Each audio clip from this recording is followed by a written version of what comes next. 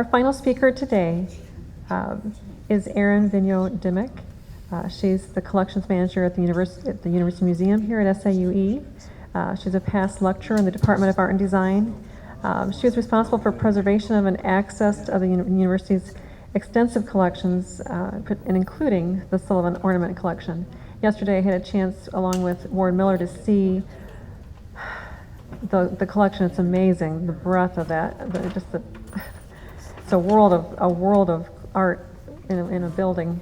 It's amazing. And so, at any rate, she's done amazing things in the time she's been here, and she's going to share some of the initiatives taken recently. She's also an author of a book. This book is Architectural Photo Reproductions, a Manual for Identification and Care. Very based on firsthand experience, an excellent book. And so, at any rate, she has much to share. Please welcome Erin Vigneau-Dimick.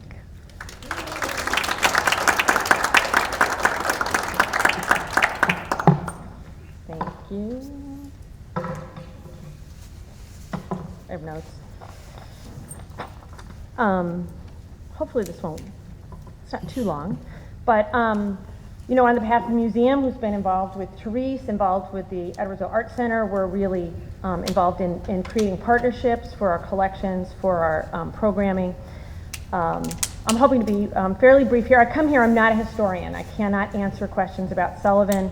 I'm really here as a preservationist, and my commitment is to preservation and access of the collections.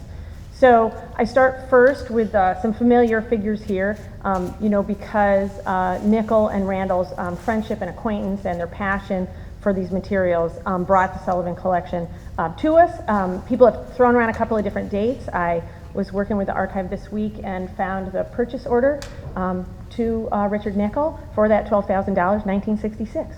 So one of the things that's happening is we do have an extensive archive that still needs to be explored. Therese and I are looking at options for processing some of these materials and making them more accessible.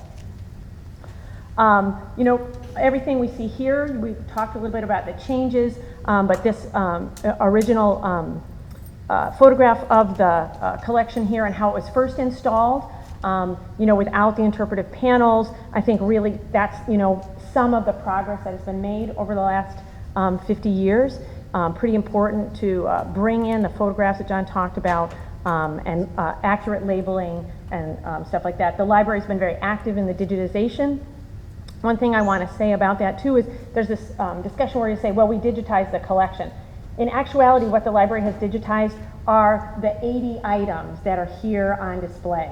We actually, and in the hallways, but it's 80 items, and it encompasses 33 of the buildings, of Sullivan buildings.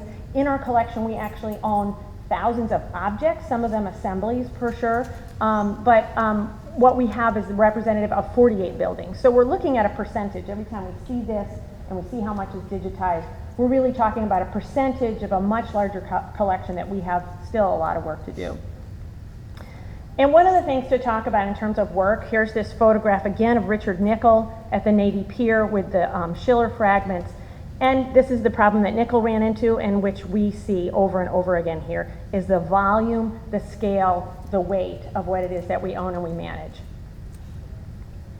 So in the nascent years of the campus here, this is probably about 1967 because Dunham Hall, which was called the Communications Building, is actually, it's right here. So, you know, you could sort of date the campus pictures by what things have been completed. There was no museum storage, and so materials were stored in a variety of places. There's some articles that suggest that the materials were sitting outside of our warehouse for 40 years. Well, our warehouse has only been there for 15 years, so they couldn't be sitting outside of there because it didn't exist. So some of the things that we do know about where they were stored, one of the first places they were stored, Randall brought them, they were here in Lovejoy Library. There's some documentation they were in the basement, but one of the places that they discovered them, oops, I didn't mean to go back. They discovered them in the 80s was up here in what they call the penthouse, which are the elevator shafts. And what you see here, the young woman here, it's come out of the shaft onto the roof. These are some of the stencils. These are Sullivan stencils, original paper stencils in wooden frames, and they were used to paint that canvas panel that's in the stairwell that John mentioned. So stuff was in Lovejoy, and these are a couple of photographs of the discovery. This is with previous director David Huntley. They talk, the file that I find talks about the discovery of Sullivan in the penthouse. So things were stacked. They're the things that are not on display, but a number of other items stacked and on shelves, dusty, kind of uncatalogued. So there's a lot of ways in which things were put up and kind of left. John could probably fill us in a little more about that. They were also stored out in what was called the Quonset hut, which was on the north side of campus, kind of out towards the MRF. So here are some of the crates Director Huntley was unpacking. You can see some of the assemblies there and a crate and forklifting. And this is really a great shot. This is the Sullivan residence. They laid it out on the grass, and you can see still the graffiti on the arch there. So a lot of this stuff they sort of dug out and unearthed and spread out and took a look at, tried to figure out what things were, and a number of times ornaments have been shifted from one place to another. One of the places a lot of ornament was stored, the SIUE owned the Nelson Manufacturing Company, which got turned into the Wagner Complex. They owned it for 20 years. Art and design was out there. There was administrative offices there. University Museum was there. And there was quite a bit of storage. Here we can see former director Eric Barnett and former staff member Jerry Fahey moving ornament around. There's a bunch of Sullivan ornament on the image on the right there. So this was another place. It's a lot of stuff. It's a lot of stuff to store. It's been in a number of different places. I think I have one more. Here they are outside of the Quonset hut. This is back in about 1990, 1991. They had moved all these elements out here from the elevator cabinet here, and they embarked on a restoration, which was then documented in a program for discovery. This was the workshop at Wagner where they did some of the restoration. And then here you can see graduate students, and I think Mike Mason, the curator, is there assembling this and as it stands today. So one of the things I really want to say about these 50 years, there's been a lot of effort made by a lot of people. I've been with this collection for a couple of years, so I can take credit for what I've done, but there have been so many people who have contributed sweat and time and research to putting these things together. This, I just wanted to also speak about the ideas of a number of people putting stuff together. There are the two pillars that are outside here. I just wanted to give you an example of shots of what it took, facilities maintenance, masons, up here. Oops, I keep hitting the wrong button, sorry. There we go. This is Mike Mason, the curator here. This is Dan Holder, former graduate student there. I don't know, John, if you were on site for this installation, but a number of people really putting in a lot of time and effort to help to put parts of these displays together over the years. Over time, there's been a lot of restoration. They restored the Barbie lunette here. You can see on the left is the restored version. On the right is with layers of paint, so they've done a variety of things, some of them stripping away paint. On the right, the Owatonna plaster reproductions. We still have a huge collection of rubber molds that they use to make a number of these reproductions, things from the Garrick, things from some of the banks, the lunette here. And a couple of these reproductions are actually on display either here, the Star Pod is here, and on another side on campus. And that Sullivan residence, the tympanum or lunette, that was in the exhibit in the Edwardsville Art Center. So reproductions are made of both resin and plaster. Those are the materials. We're not making them currently. It's not to say that that couldn't be a project that we bring forward. We've also discussed the possibility of using 3D printing as a means to then make some reproductions and look at different ways that it's so much easier. I cannot tell you this, the reproduction here in gold leaf is in plaster, and that's fairly heavy. The weight on the resin, now as John says, it doesn't have the same surface, but it does allow us to really get up close and to potentially ship things out. So this is kind of how the collection looks currently. This is a small, we can only kind of get an angle. Some of these rooms are very, very crowded. You can see, oh, I did it again. This is Garrick right here. This is a Guarantee Angel here. All back here, this is all the Sullivan residents. We've got a number of smaller string courses, some of our reproductions on stacks and shelves.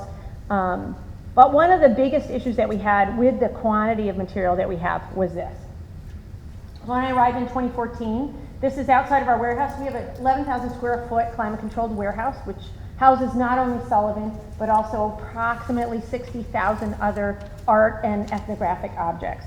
So all of this material, what you see in the front is primarily cast iron and marble from the Rookery Staircase, which is another massive collection that we received as a donation, 10 flights of stairs, which also was moved 3 times, all outside because there was no interior housing. And a lot of the, over time, out in the elements, you can see a lot of the pallets broke down. And one of the things that happened when Sullivan was outside, so this is a huge stack of Sullivan, and it came in on pallets, but pallets have broken down, the straps have rusted and broken down. We had scrub trees growing up from between it when I showed up. One of the problems with some of this material is that terracotta, one of the reasons why it was such a great building material is that they built these hollowed out spaces, I'm so much better with my hands, here in the backs. And that allowed them bricks to be inserted or masonry to be inserted, and it kept them really light. That's why terracotta was used. It was much lighter than limestone, especially along these huge cornices and friezes. But what happens when all of this stuff is outside, fills with leaves and water, and in the winter it freezes. And it's a problem also for, here's the part of the stock exchange, for all these interstitial areas. Terracotta is not stone, and ice freezes and things crack. And so this was a big concern for a number of years, but nobody had anywhere to put it. And then we had this fun little relationship. So Dave Jump, who is the owner, and I'm just going to show one more Sullivan slide. Here's Guarantee Angel, cracked and also covered with vines. Dave Jump is the owner of the world's biggest playground, City Museum in St. Louis. I don't know if you know about it. If you don't, you've got to go, because it's not only a playground, but it's also an amazing space in which they have articulated ornament and all kinds of salvage materials. Dave rides his bike a lot on the trails. He's from the Illinois side. He kept seeing the ornament out here. He's really interested in Sullivan and a lot of other salvaged ornament. And he kept talking to his director, Rick Irwin, and he said, we got to do something about this. And he had made a couple queries previously. This is Rick Irwin from the City Museum and me on a very cold day in November. With the stock exchange there at our feet. He had made some inquiries and he said, can't we do something about this? We have a lot of warehouse space. You have a lot of material outside. We'd like to come in and help you store that. So over a period of 5 days, with a lot of very strong men, they came in and palletized 365 pieces of terracotta. And I'm going to tell you, these are not lightweight. We're talking 2 or 3 guys to move every single thing. And yet, these guys from the City Museum, they do this a lot. They move a lot of ornament, a lot of cast iron. They put things, they install things. They're really, really used to working with this material. So we moved 365 pieces. So they came in everything from, string course assemblies, where they're sort of 6 to a pallet, to very small dental work, which are only about this big, but all kind of packed into these pallet boxes, to really big pieces off the cornice, which are 1 to a pallet. These 365 pieces went onto 52 pallets on 4 flatbed trucks to a total approximate weight of 62 tons or 125,000 pounds. So when I talk about managing a large collection, it's really, really big. It's really heavy, and it's a lot of stuff to do. So in that this didn't happen for years is potentially because there was nowhere to do it. There weren't bodies to do it, and we're very fortunate that they partnered with us out of their sheer concern for the ornament remaining outside. And so now, the ornament's in a warehouse. So it's not up there on display, but it's not out freezing in the weather. They have a number of floors in their massive building, the old shoe factory, in the center of town, but they also have other warehouses. So we're actually stored dry in North St. Louis in a warehouse next to Pepsi, but we're dry and boxed and wrapped and labeled And we're looking at different ways to partner. We've talked to Tim Samuelson. Ward and I are having some discussions and thinking about different ways that we can grant fund or use maybe postdoc students to do some research and help us to kind of figure out, do we want to install some stuff in the City Museum? I'm going to go forward. This is the City Museum's display of Sullivan currently. And they have probably like an 8-block range of the cornice. They've got some other pieces of stringer. They have this great section of Garrick that they've just recently installed. But looking at options, kind of like Ward and I were talking about, can SIUE install them in other locations? Can we kind of make these cooperative partnerships as ways to make the material accessible? So it's really definitely something that we're focusing on, aspects to being able to make it accessible. I'm going to back up here to one more. This is actually the Rookery project. So a year later, in November of 16, we actually moved the entire 10 staircases, including cast iron and marble, palletized with the guys here, a lot of forklifting. This actually took 2 full weights and 7 or 8 flatbed truckloads, all categorized. You can see up here we've got newel posts and balusters, newel posts here, and a lot of the support and stringers. The cast iron is an incredible collection, and we have a lot of it, and we're already kind of making these plans, sort of like I do with Word, about how, we could install it this way, or maybe we could do it that. So that's kind of where we're at with that project. This is the City Museum. And I want to kind of leave with this last picture.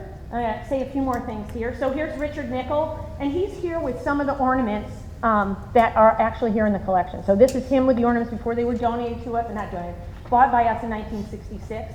We can see the Reuben Rubel column here. Here it is here, and it's standing back here. We've also got the chimney piece here. We've got the Henry Stern window frame pieces. And one thing about this particular piece here, this is in wood. And you can see it used to be displayed here on the wall. We actually have this back in the archive. It's pretty unstable and broken, but we're looking at 3-dimensional printing or casting as ways to make a reproduction and get it back up here on the wall. And the last kind of thoughts I wanted to leave you with were about nickel. And I don't know about the rest of you, but I've never seen that WWTW documentary. And I was very, very moved by the sight of the workers carrying Nickel's body away. It was very, very moving. And I want to tell you a story about a few weeks back when we were doing some research for the artifacts that are in the Edwardsville Art Center exhibit. I found the purchase order where Richard Nickel did, as John has talked about, has done a lot of negotiating. So he negotiated with a number of different salvagers in Chicago as things were being torn down for SIUE. And there was quite a bit of correspondence about stuff in the stock exchange. And SIUE was kind of like worried, well, we don't know if we have enough money to do this. We don't know if we have this $2,000. And the salvage company, which was Three Oaks Wrecking with Joe Riccio, they were kind of looking for a price, and SIUE was kind of balking. And there's some notes, and it says, we're not going to do this now, and so-and-so called back. And then there's a memo, and on the bottom it says, stop all conversation. Richard Nickel killed. No money to go out until after his estate is settled. And I was like, wow, this piece of paper is right in front of me. And the irony of this is that in 1990, Larry Riccio donated 633 pieces from the Chicago Stock Exchange to our collection in the memory of his father, Joe Riccio. So that, it kind of came back around, that material was still there in their property, and his son actually donated in his name. So I think the last thoughts I want to leave us with are, how much stuff that everyone has done here, how much time and energy everyone has put in. And really, I think who the museum is trying to be with this collection is to really provide access, provide opportunities for scholarship, and really find ways to interpret and display work, because this whole idea of the built environment, we're so interested in the built environment and our history and what it means about us today, that this collection allows us to have those possibilities to check them out. So thanks so much.